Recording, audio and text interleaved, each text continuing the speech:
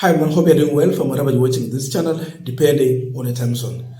Now, on a day like this one, in 1990, Kenyans were so much angry, and because of the change they were yearning for, they took it to the streets to demand for two things. Number one, the issue to do with the free and fair election. This was happening in 6 towns across the country. Number two, they were demanding for an end to authoritarian practice of one-party state. Indeed, at the end of the day, they managed to achieve that. To some extent, election was free. Not fully free, but to some extent. Then multi-party came in.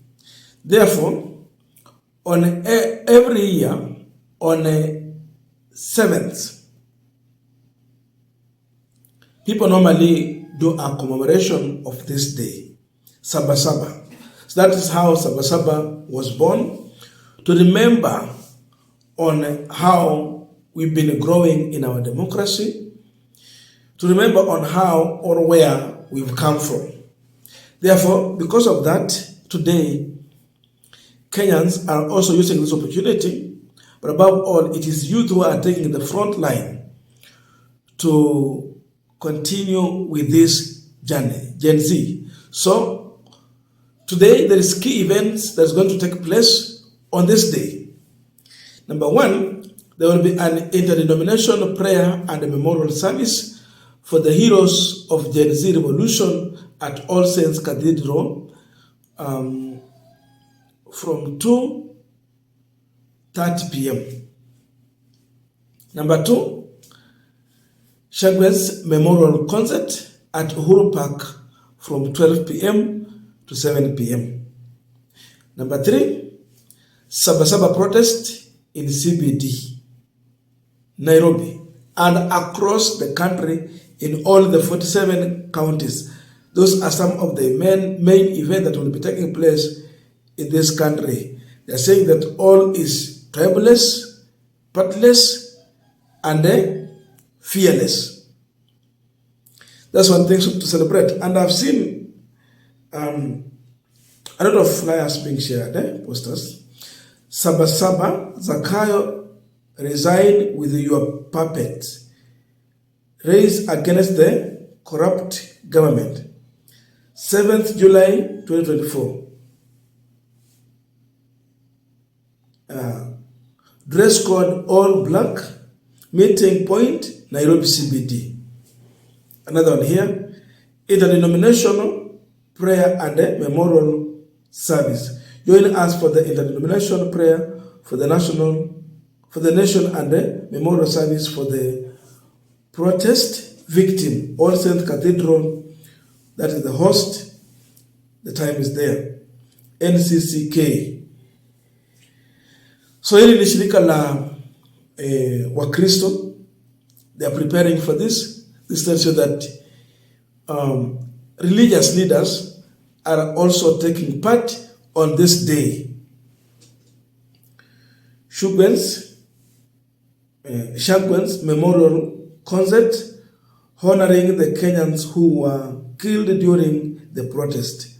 Uhuru Park, Nairobi, from 12, the time is there. Sunday, 7th July, 2024.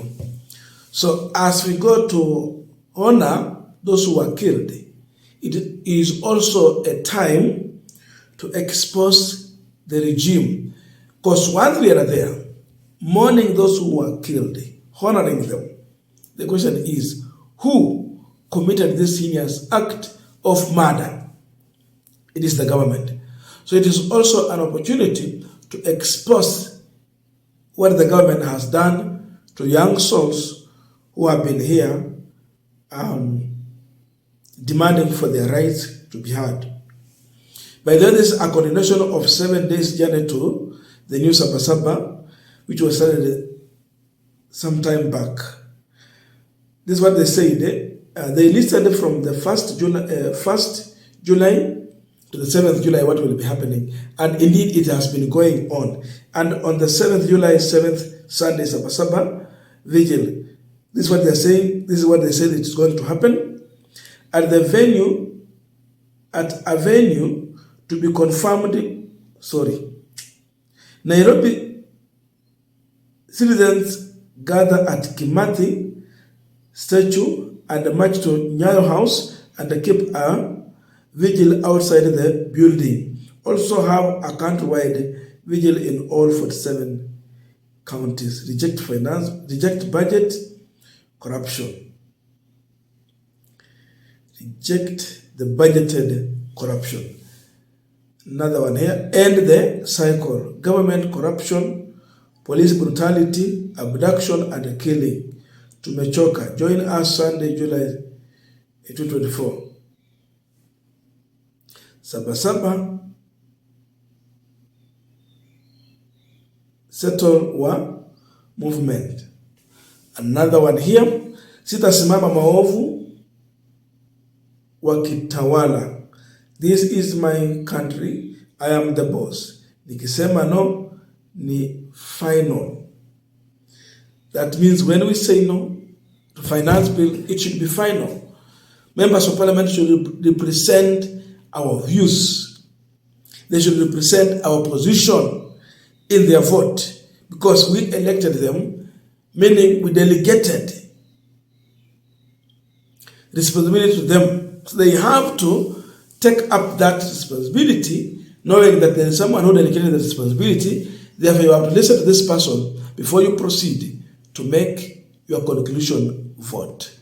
So my voice is final. That is it. So definitely, Saba Saba Day, this time round, is going to be in the hands of the youth, Gen Z. Gen Z are taking over everything. It won't be Baba Raila Odinga leading this. It won't be politicians leading this. It is going to be the youth of this nation taking up the mantle to lead in all this. So the truth is that revolution is here, a change is here.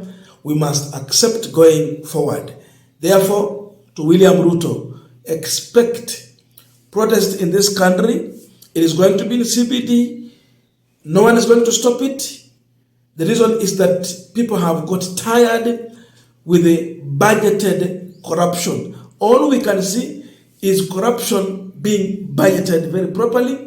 And at the end of the day, taxpayers' money is looted left, right, center, as we suffer on high taxation.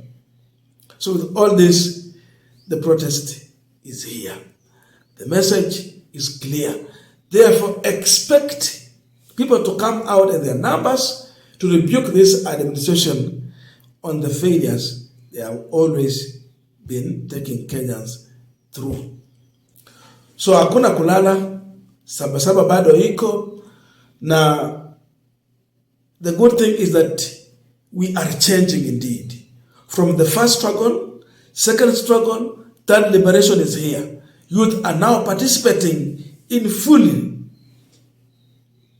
They have realized that they have to occupy the space, fight for their country, call for a change, and at least make a significant change in our politics and how we've been doing things in this country. So hakuna kulala, all is not well, and it is not yet free for Kenyans. Bado uhuru bado haujakuweko. Huyo ni mzee Jaramogi Odinga. So as we remember what happened in 1990, people came out in their numbers. That's why we had so many parties coming to exist, including the fourth Kenya we are still having today. Before it was just KANU, and that is it. But the issue of one party state ended. So the issue of tyranny, abuse of taxpayers' money, abduction, killing, it might just end if youth will continue with this journey. The same way we had people like James Orengo, Raila Odinga, many other people, individuals who came out, the university students, to fight for a change. And that change is here. Ndio maana tunaweza kuwa na vyama vingi, watu wapate nafasi za kufanya uchaguzi with several political parties. So you have so many choices. When we had only one political party, once you've been selected by the party, that's final. So it's like election was happening in the primaries.